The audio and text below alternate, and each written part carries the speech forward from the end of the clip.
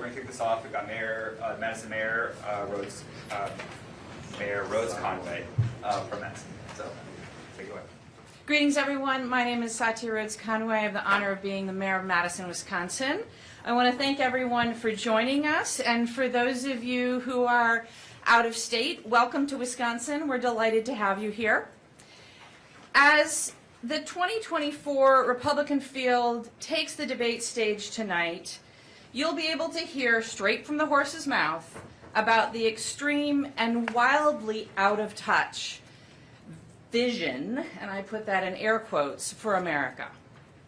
This group supports ending Social Security and Medicare as we know it, cutting taxes for their rich friends, undermining our election, something that we know a little bit about in Wisconsin, and taking our freedoms. And yes, that includes a nationwide ban on abortion. Let me be crystal clear about this. The 2024 MAGA Republican presidential candidates are running on their extreme anti-choice records. DeSantis signed extreme legislation in Florida that bans abortion before many women even know that they are pregnant. Tim Scott co-sponsored multiple abortion bans and vowed to sign the, quote, most conservative national abortion ban possible if elected. Nikki Haley signed an abortion ban as governor of South Carolina that had no exceptions for rape or incest and threatened doctors with jail time. Mike Pence has called for banning abortion in every state and was actually the first Republican presidential hopeful to do so. Chris Christie opposed Roe versus Wade and said that striking it down was the right decision to make for the court. Doug Burgum signed one of the strictest abortion bans in the country as North Dakota's governor, with no exceptions for victims of rape or incest after 6 weeks. And Vivek Ramaswamy supports 6-week abortion bans at the state level, again, before many women even would know that they were pregnant. I'm sure that they're going to talk about freedom on the debate stage tonight. But what about the freedom to make my own health care decisions? I guess that their version of freedom doesn't include women. And here's the bottom line. The American people don't want anything to do with their abortion bans. Voters in states all across this great country, including right here in Wisconsin, have made it clear that the craven abortion bans are wildly unpopular and out of step with the American public. And with the people on our side, Democrats are fighting back against their bigotry and doubling down on our commitment to protect reproductive health care amid ongoing Republican attacks. Fighting for freedom, for more rights of President Biden's first term. And I've got a message for these Republicans. We are just getting started. As Republicans fixate on ripping away more of my rights and yours, I am grateful to have a president and a vice president who are fighting tooth and nail for the freedoms that we hold near and dear to our hearts. Thank you again for being here today, and now it's my pleasure to introduce someone who is organizing thousands of voters and volunteers across the great state of Wisconsin, the chair of the Democratic Party of Wisconsin, and my friend, Ben Wickler. Thank you so much, Mayor Satya Rhodes Conway, and thank you for your constant defense of democracy in the state where democracy is on the line. I am honored to join Chair Harrison and Congressman Richmond in the state that could determine the 2024 presidential election and where the tale of the tape is crystal clear.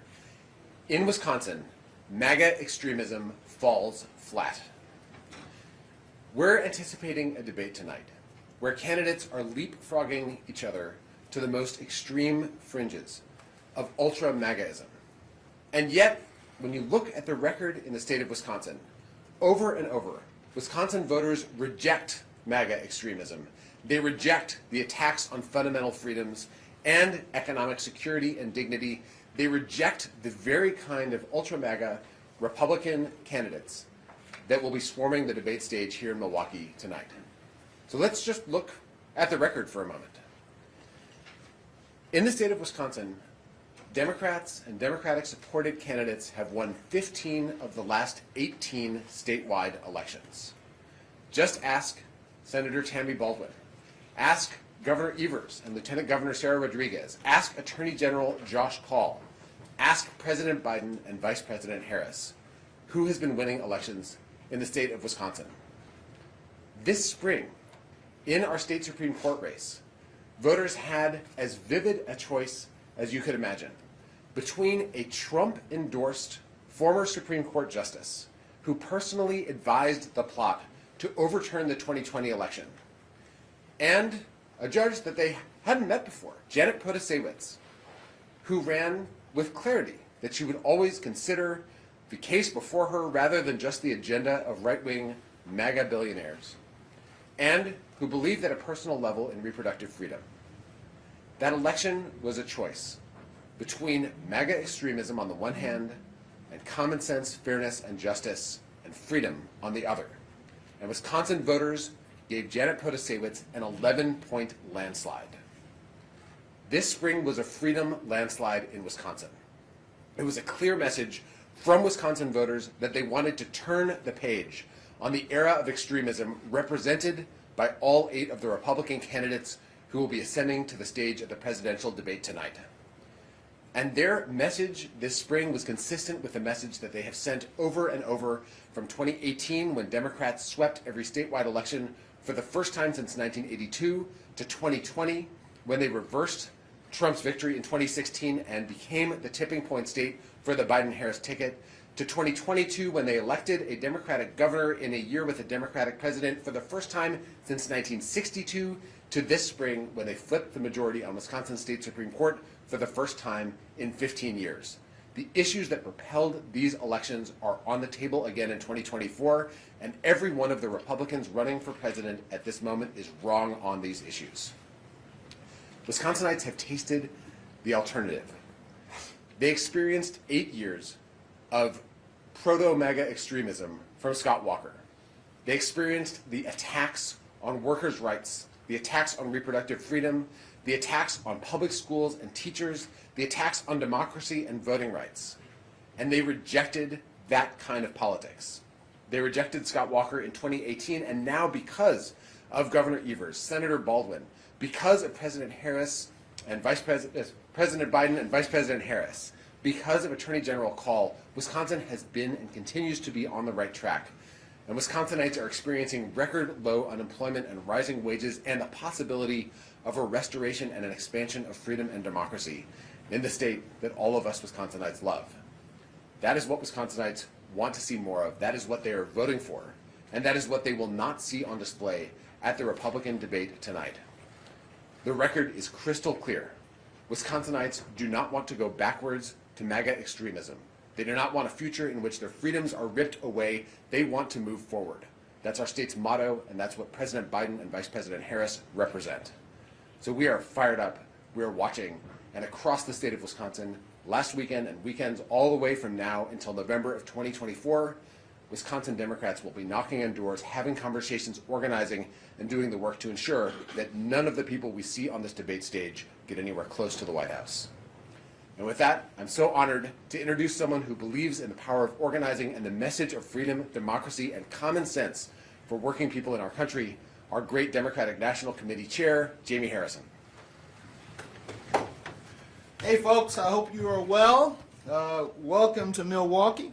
I first want to thank Mayor Conway. I want to thank Chair Wickler. I want to thank Jason Ray, our secretary, who is here as well, who is born and raised here in Milwaukee. And I want to thank Congressman Cedric Richmond, the co-chair of the Biden-Harris campaign. You know, for the past several months, we've seen the 2024 MAGA Republican field crisscross the country. And they have been running a race, folks, a race to the bottom to secure this Republican nomination for president. And tonight in prime time, Americans will have an opportunity to see in action the most extreme, the most divisive, the most chaotic slate of presidential candidates in history when these MAGA 2024 Republicans take the debate stage here in Milwaukee. And I don't know if it's going to be a debate, but more like a circus. You know, they may try to differentiate themselves, but the truth is that every single one of these candidates, from Donald Trump on down, are extreme. They want to put our economic recovery in reverse and raise costs on working families. They want to give tax handouts to corporations and the ultra-wealthy while slashing Social Security, Medicare, and Medicaid. They want to erase the progress that we've made in the fight against climate change, even as millions of Americans suffer more frequent and more severe weather events. They want to erase our history and teach our children that slaves benefited from slavery.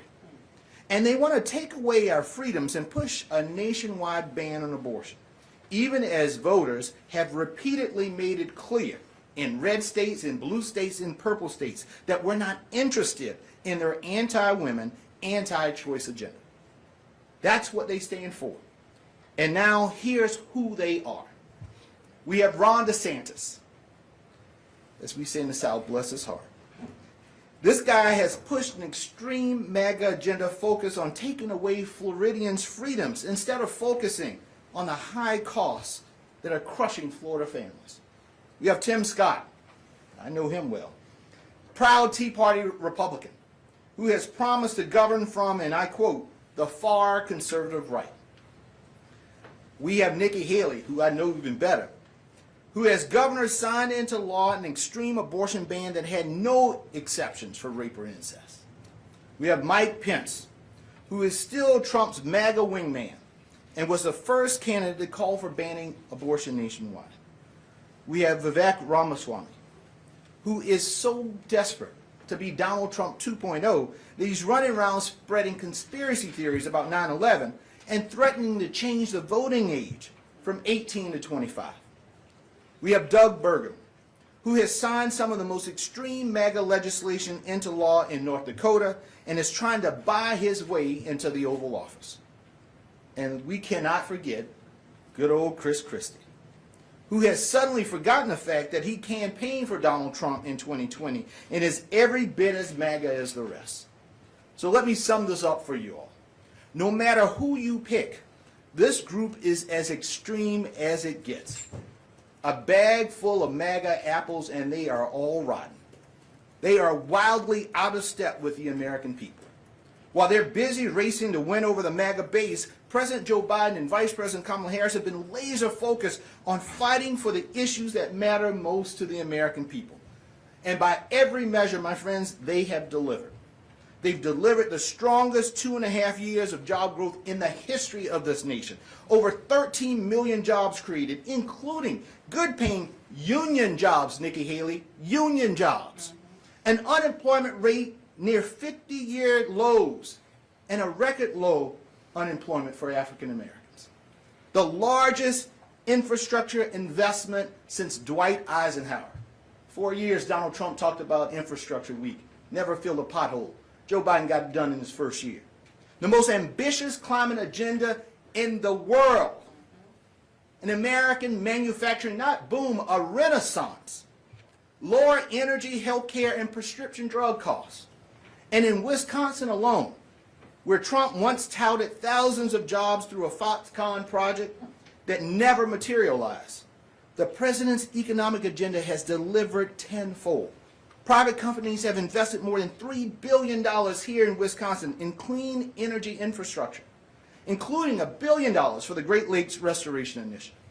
We provided more than $1 billion in funding to provide affordable, high-speed internet, created more than 135,000 new jobs, and delivered over $145 million in home energy cost savings for families.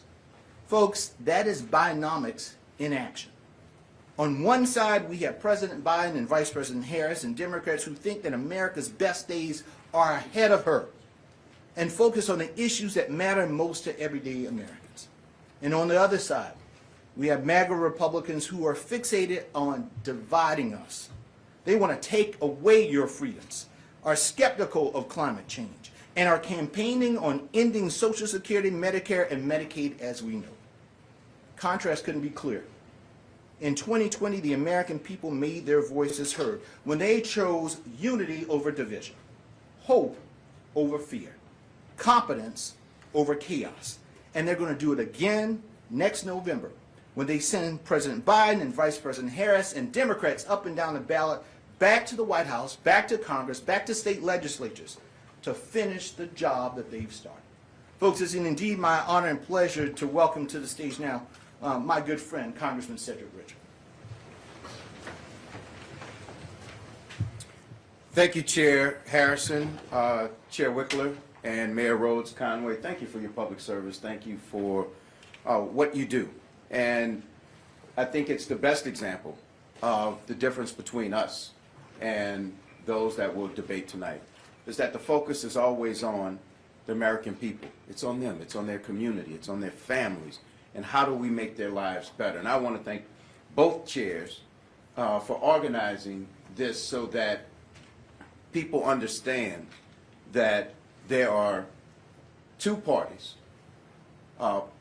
espousing their values tonight. And you will see one side that is a race to the extremes in order to get to a MAGA base, and the other are the four people assembled here talking about the American people, the challenges they face, and how productive this president was. And I will try my best not to go over some of the things that were already said, but what I do want to focus on, because I was there to witness a lot of it, was the focus and the accomplishments of President Biden and Vice President Harris since the first day that they took office. They've worked to restore the soul of this nation, protect and defend our democracy, protect our fundamental rights of all Americans, and to grow the economy from the bottom up and the middle out. And that, I just want to say, is not just a philosophy, it is a value proposition. Because the president said in his campaign when he started was that the middle class built this country and labor built the middle class. And he wanted to restore that focus on working families. And so when we talk about his first 2.5, 3 years, it's been historic. And I'll just run down some of the things that distinguish us. While Donald Trump had the worst jobs record since Herbert Hoover, President Biden has helped create 13.5 million jobs, the most ever created in 2.5 years. As Jamie mentioned, we have the lowest unemployment rate in almost 50 years, and some of the lowest unemployment for African Americans and Latino families on record. After a recession that was made worse by Trump's failure to tackle the COVID-19 pandemic, President Biden has led the strongest economic recovery of any industrialized nation in the world. And I want to make sure that people understand that President Biden came in office focused on fighting COVID, but also restoring this economy and making sure that we continue to lead the country. The other thing that distinguishes this president from the people that you will hear tonight, when the president talks about COVID and leading us out of COVID, he doesn't talk about it just as a pandemic. He talks about it as the fact that so many people lost husbands and wives and children and parents, and that it was a toll on the families in this country. After President Trump promised to restore manufacturing, even took credit for manufacturing projects that never happened. Jamie mentioned Foxconn here, and there are others. President Biden has ushered in a record number of new manufacturing jobs, and here in the Badger State and all across the country. And what that means is people going back to work, families having another breadwinner in the house. And what the president has always said since day one is that a job is not just about income. It's also about dignity. It's about humanity. And so that's why we have such a focus on the job creation, the historic job creation by this president. We also delivered, unlike the former president touting lowering drug costs, President Biden actually did it. And when you talk about capping insulin at $35 for our seniors, that is a big deal. That means our seniors don't have to make the hard choice between groceries and medicine, or paying their rent or other bills and their medicine. And that's the type of leadership that we are so proud of in the Biden-Harris administration, because again, this is about families. This is not about politics. This is about delivering on purpose and making sure that we fulfill and help our American families. And so when we talk about the Republicans turning a blind eye to the climate crisis, this president has delivered the most expansive address to climate in the history of this country. I'm from New Orleans with Katrina. We see what's happening in Hawaii. We see what's happening in California. We see what happens with our forest fires across the country and hurricanes that go from the Gulf of Mexico all the way up to the East Coast. But this president decided to tackle that because, again, this is about the American people. And so while we had 1 million infrastructure weeks while I was in Congress, the president delivered on none of them, the former president. But this president came together with the leadership that he talked about during the campaign and in a bipartisan manner passed an infrastructure bill. And I know for a fact he hates when I just say an infrastructure bill, because that's not how he looks at it. He looks at it like a mother or a father or anyone that's hours that they don't have to sit in traffic every day when they go to work. He looks at it, the fact that there are 10 million households that don't have to drink contaminated water anymore because it's coming through lead pipes. 400,000 daycares in this country where children don't have to drink contaminated water anymore. So again, I will say that this is about the American people for the Biden-Harris administration. And the last thing I'll say on accomplishments, you have a president that actually took on the NRA and beat them. It hasn't been done in over 30 years because he knows it's about our families that are losing loved ones. It's about parents that send their kids to school scared of what's going to happen. It's about the fact that people actually buy armored backpacks for their children. So you'll hear tonight more about banning books than you will about banning assault weapons. And from our president and our vice president, they are focused on making sure that we keep our families safe. So I won't go any further because I prefer to you all to ask questions, but I will just tell you that the difference you will see tonight is a race to the extreme issues that the MAGA base want to talk about and what they want to hear, and you will hear a feeding frenzy in an attempt to do that. But from here, you will hear us focused again on the challenges that the American people face, our ability to meet them, and our ability to meet the challenges that we know coming down the road. And the last thing I will say is that when you talk about leadership and you talk about determination and you talk about the ability to do things others couldn't, the war in Ukraine is a great example. This president united the West on Russian aggression. And I know that you all remember because you all covered it. Even when President Zelensky didn't think that Russia was invading, we were still uniting the West to make sure that we could help Ukraine when that moment came. And that's the difference between rhetoric and leadership. And we are proud of the leadership of both President Biden and Vice President Harris. So I'll call Lamar up to lead us in Q&A. All right, folks, raise your hand if you have a question. And okay, cool. Let's go to Aaron first. Chairman, thank you for holding this. On the campaign trail, Republican candidates, especially DeSantis, Nikki Haley, often say they're not expecting President Biden to be the Democratic nominee in 2024.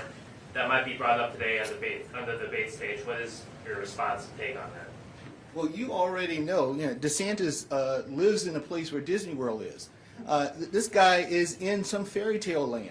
in the end of the day, I think, when was it? February of this year, the DNC passed a unanimous resolution to support President Joe Biden and Vice President Kamala Harris. So my advice to my Republican friends, I'm channeling Lindsey Graham here.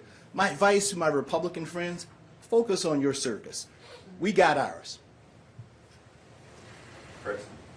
The Biden campaign a few days ago put out a statement after news came out that Trump was not going to plan to come to the debate. Biden's Democratic challengers have called for debate. Why is he not debating? One, President Biden is the Democratic nominee, along with Vice President Harris. And if you look at both parties, when they have an incumbent president, that incumbent president participates in no debates, and there's no primary on our side. Well, there's a primary, but the key to it is the fact that we've already endorsed President Biden.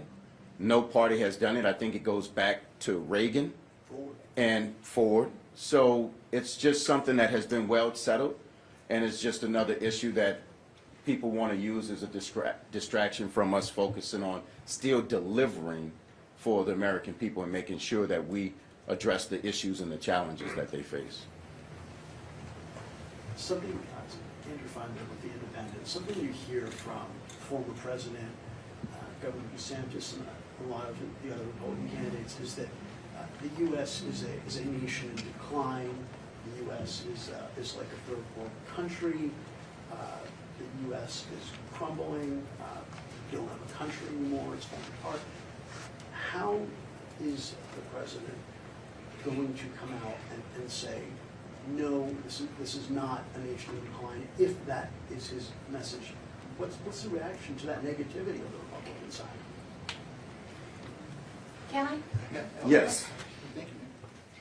I would invite anybody who thinks that we are a nation in decline to come to cities, to come to places like Madison, Wisconsin, where we have the lowest unemployment rate, or damn near close to it, in the country, where our population growth and our economic growth is driving the growth of the state of Wisconsin, where we have a thriving university despite refusal of Republicans at the state level to invest in it, where we have a strong job market, where we have a beautiful environment, and where we are tackling the issues of the day like climate change, where we're building housing, where we're building transit, where we are creating a place that people want to be. So I would suggest that anybody thinks that this country is in decline, come to cities. Because Democratic mayors all across the nation are creating great places where people want to be, where growth is happening, and where our economy is growing. This is not a nation in decline. This is a great nation, and it's made up of cities and people all across America. Again, that the president and the vice president are fighting for every day. Just a follow-up. Something I don't believe any of you mentioned is the man who won't be here tonight, his legal troubles.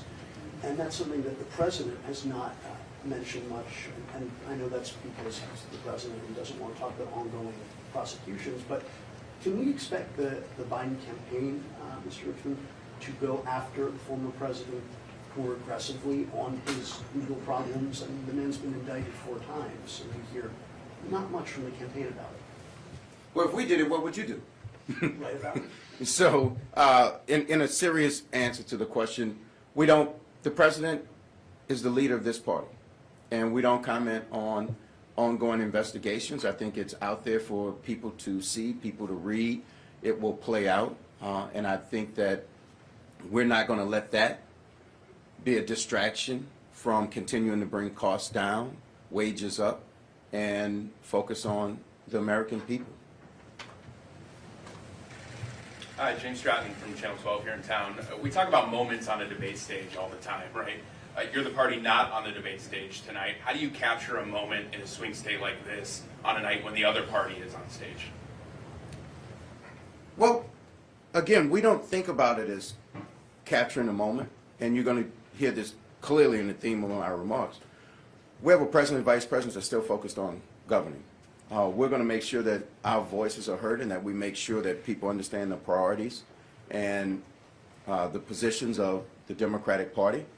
But I think tonight what you're going to hear and what you're going to see is a group of individuals with an agenda that the majority of the American people don't want any part of. And so we are not trying to get in their debate.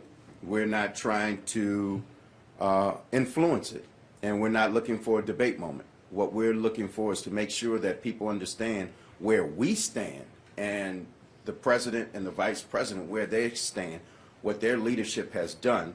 And we are glad to let the other side have their prime time moment tonight, where the American people will get to see how extreme their positions are and how widely unpopular they are. Jamie, yeah. No, I want to add to what Cedric said. I think the president did this marvelously in the State of the Union address. Remember Republicans were talking about decimating Medicaid and Social Security? And then many of them claim, oh, we never said that. The clutching of the pearls during that moment. Because I was right there in the chamber.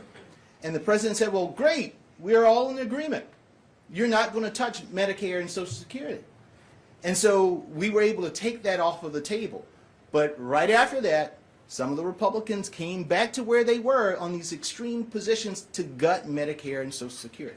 Tonight, you're going to hear one of those moments in which they're going to claim and they're going to try to out-MAGA each other, go to the far right, to gut Medicare and Social Security, to outright each other in terms of abortion. And we aren't going to make up words. We're going to share their words with the rest of the American people.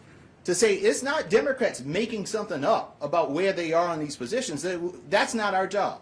But what we will do is to paint the contrast, to make sure that the American people know how out of touch and how extreme this group of candidates really are. Because that's the really important part. It's that contrast. Bottom line, this election, hope versus fear. We believe that our better days as a nation, and it goes to your question, are ahead of us, not behind us.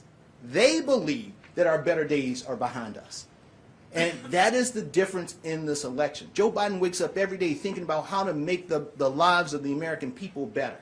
They wake up every day thinking about how do I get back into power. That is the difference between the Democratic Party led by Joe Biden and the Republican Party led by MAGA extremists. Governor Christie has been the most outspoken of the Republican candidates against Donald Trump, so I'm curious if you think by him being on the debate stage does Democrats any favor if he were to attack Trump or press other candidates on? Y'all need to stop giving Chris Christie all his credit. Remember, he was the debate coach for Donald Trump, right? So don't give him credit because, you know, there's a saying that we have in the South, a broken clock is right at least twice a day. Right? So don't give him this credit because now he's out there talking about Donald Trump when he doubled down and was in his corner for all of the MAGA extremism over the course of those 4 years. I'm glad he woke up. Maybe more of them need to wake up. They love to talk about woke all the time. Maybe they all need to wake up because they need to understand that they're out of step with the American people. So Chris Christie can do what he wants, but he's doing that because he's trying to become president of the United States. It's not because it's some altruistic thing, because he feels like he's doing the best thing for all of the American people. He wants to be president. And so he needs to find some way to differentiate himself. I guess he's smarter than the rest because he's trying to figure out some way to differentiate himself from Donald Trump. But in the end of the day, don't give him credit for it because he's still a MAGA extremist. Will President Biden commit to debating in the general? We have not had a conversation about that at all. I'm sure one day we will, but it's not today, and I don't have any news on that. But what we're going to continue to do is continue to govern because Vice President Harris and President Biden have a job to do, and they take it serious. So when we have news on that, we'll let you know. Just a quick follow-up again. McCarthy is saying the impeachment inquiry could begin when Congress returns in September. Will that hinder Biden's re-election campaign, and will the campaign be paying attention to any attacks on Biden tonight related to the Biden investigation? Well, I'm sure the president will continue to govern. And as far as McCarthy wakes up every day praying he still has 218 votes to be Speaker of the House. I've been there and I know it. So depending on what he says today, it may change tomorrow, depending on where a handful of Republicans decide that they want to drag him around. So we have really no time to focus on what McCarthy says day by day. We will, of course, the administration, which is much separate from the DNC, they will do their job, and we will continue to do our job, which is to remind the American people that this is a choice between chaos and division, and a president focused on their issues. All right, that's all the time we have. Really appreciate it. Feel free to follow up with any of us, and we'll get you whatever answers you need.